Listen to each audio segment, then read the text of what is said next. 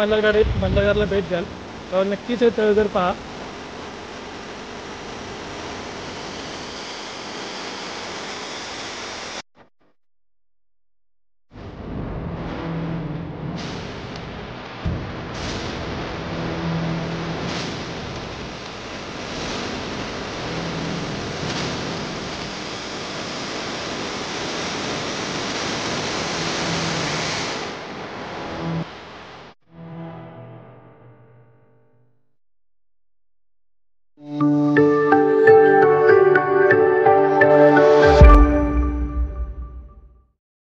नमस्कार मित्रांनो, तर आज आपण आलो आहोत मल्हारगडावर. मल्हारगड हा एक सर्वात शेवटी बांधण्यात आलेला किल्ला आहे. किल्ल्याच्या जवळच पोहोचलेलो आहोत आपण. पुण्यापासून एक 35 ते 40 किलोमीटर अंतरावर हा किल्ला आहे. जास्त काही उंची नाही आहे, एकदम छोटेखानी किल्ला आहे. तर याची तटबंदी वगैरे पाहण्यासारखी आहे आणि समुद्रसपाटीपासून याची उंची जर पाहिली तर 3100 फूट एवढी उंची आहे. परंतु आपण जर दिवे घाटातून वरती आलो आणि दिवे घाटातून झेंडेवाडी, काळेवाडी या ठिकाणी डाव्या बाजूने आपण आलो की किल्ल्याच्या जवळपास येऊन पोहोचतो. एक दिवे घाटातून 4 किलोमीटर एवढंच अंतर आहे. प्रत्येक वयोगटातील लोक या किल्ल्याला भेट देऊ शकतो आपण आणि आपल्या महाराजांचा इतिहास आपण इथे अनुभवू शकतो. महाराष्ट्राच्या सर्व किल्ल्यांमध्ये सर्वात शेवटी बांधला गेलेला किल्ला म्हणजेच मल्हारगड. पुण्याहून सासवडला जाताना लागणाऱ्या दिवे घाटावर लक्ष ठेवण्यासाठी मल्हारगडाची निर्मिती केली गेली. या किल्ल्याची निर्मिती इसवी सन 1757 ते 1760 या काळातील आहे. पायथ्याला असणाऱ्या सोनोरी गावामुळे या गडाला सोनोरी म्हणूनही ओळखले जाते. गडाच्या खाली व मध्यभागी पार्किंगची सुविधा आहे. येथूनच जुन्या पायऱ्या लागतात.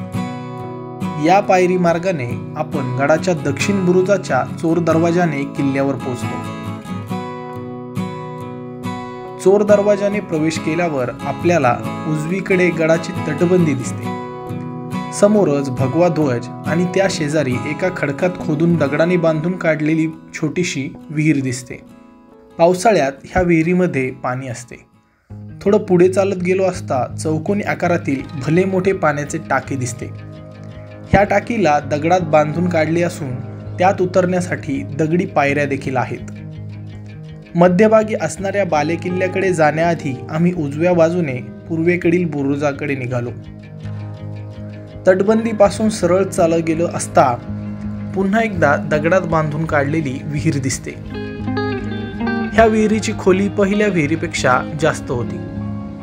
या विहिरीपासून उजवीकडील वाटेने आपण गडाच्या मुख्य प्रवेशद्वाराजवळ जातो.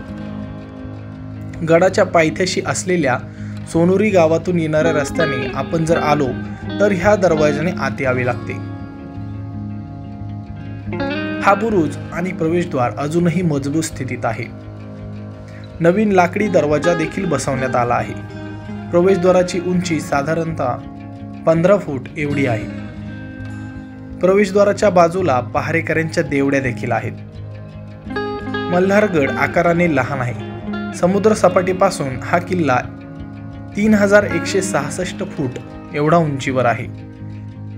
केवळ 4.5 ते 5 एकर एवढ्या क्षेत्राचा हा विस्तार आहे. समोर तुम्ही जो डोंगर बघताय तो वज्रगड आहे. त्याच्या बाजूला तुम्हाला जो दिसतो डोंगर तो आपला पुरंदर आहे, धर्मवीर छत्रपती संभाजी महाराजांचा जन्मस्थळ. आणि हा किल्ला जर तुम्ही पाहाल तर किल्ला इतका मोठा नाही आहे, पण तुम्ही किल्ल्याच्या वर आले की तुम्हाला हा चहू बाजूने चांगला पसरलेला किल्ला आहे. बघण्यासारखे भरपूर स्पॉट आहेत. तुम्ही तुमच्या फॅमिलीसोबत येऊ शकता. फक्त आलं की तुम्ही जो कचरा आणताय तो तुमच्यासोबत घरी न एवढीच विनंती. पूर्वेकडील बुरुज पाहून आम्ही समोर दिसणाऱ्या बालेकिल्ल्याकडे चालत राहिलो.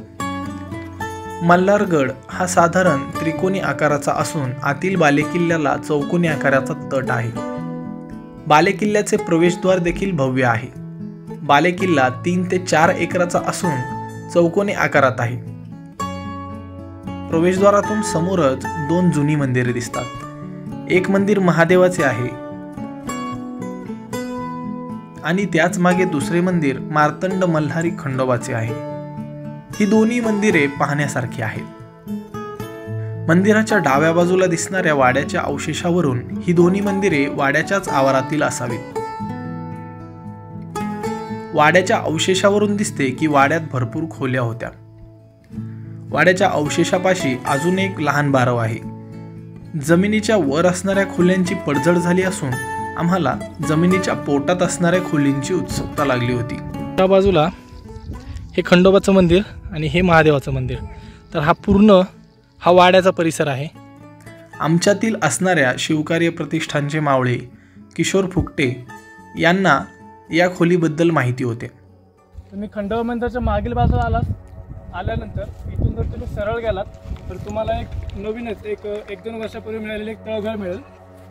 जेव्हा कधी तुम्ही मल्हारगडला भेट द्याल तेव्हा नक्कीच हे तळघर पहा, कारण या किल्ल्यावर बघण्यासारखं भरपूर आहे आणि यावर अजून भरपूर अवशेष मिळतीलच याची मला खात्री आहे. फक्त संवर्धनाची गरज आहे. मागच्याच काही वर्षांमध्ये या किल्ल्यावरती शिवकार्य प्रतिष्ठान, सह्याद्री प्रतिष्ठान, बार रायगड परिवार या सगळ्या ज्या प्रतिष्ठान आहेत या किल्ल्यावर वारंवार मोहिमा घेत आहेत. वाड्याचे खोदकाम चालू असताना हे तळघर सापडले आहे. ह्या तळघरात उतरायला पायऱ्या असून 2 खोल्या देखील आहेत. तर आता आपण तळघरामध्ये आहे. तर तुम्ही इथे आले की पाहू शकता आतमध्ये बारकी खोली आहे आणि इथे एक खोली आहे. इथे जुन्या काळात नक्कीच अन्नधान्य साठा केला जात असेल.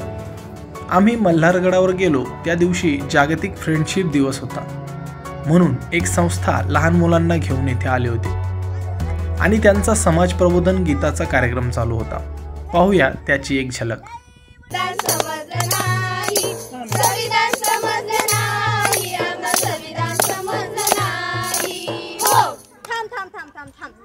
संविधान ह्यो शब्द नागरिक शास्त्रामध्ये कुठेतरी ऐकला होता बघ. मला तर पैकीच्या पैकी मार्क होती बघ, पण त्याचा आता इथं काय संबंध मला काय समजना झालंय बघ. जरा इसकटून सांग की. फक्त स्वातंत्र्य मिळून चालणार नव्हतं, नवीन व्यवस्था तयार करावी लागणार होती आणि ती लिखित स्वरूपात पाहिजे होती. आज जो आपला देश ज्या नियमांवर चालला आहे त्यालाच संविधान म्हणतात. म्हणून सांगतोय आम्ही स्वातंत्र्य जगलोच नाही, कारण संविधान समजलं नाही. संविधान समजलं नाही, आम्हाला संविधान समजलं नाही. लहान मुलांचा हा गीतांचा कार्यक्रम पाहून आम्ही गडाच्या पश्चिम बाजूला गेलो. पश्चिम तटबंदीला लागून छोटे पाण्याचे टाके दिसले. मित्रांनो, हा पुरंदर किल्ला आहे, पुरंदर आणि वज्रगड. आणि या बाजूला हा सिंहगड किल्ला. तर ह्या गडावरून आपल्याला जर वातावरण स्पष्ट जर असेल 2 ते 3 किल्ले इथून दिसू शकतात. पुरंदर, वज्रगड, सिंहगड आणि राजगड तोरणा आता धुक्यात आहे म्हणून आपल्याला दिसत नाहीये. गडापासून पश्चिमेकडे दूरवर दिसणारा भगवा ध्वज सर्वांच्या आकर्षणाचा केंद्रबिंदू ठरतो, कारण हा भगवा ध्वज खूपच मोठा आहे. पुण्यापासून जवळच असलेला मल्हारगड तुम्ही फॅमिली सोबत जाऊन पाहू शकता. दुर्ग बांधणीचा उत्कृष्ट नमुना असलेल्या मल्हारगडाचा संपूर्ण परिसर पाहून आम्ही परतीचा मार्ग पकडला. तर मित्रांनो, तुम्हाला मल्हारगडाची सफर कशी वाटली हे आम्हाला कमेंट बॉक्समध्ये नक्की सांगा. व्हिडिओ आवडले असेल तर लाईक, शेअर आणि चॅनलला सबस्क्राईब जरूर करा.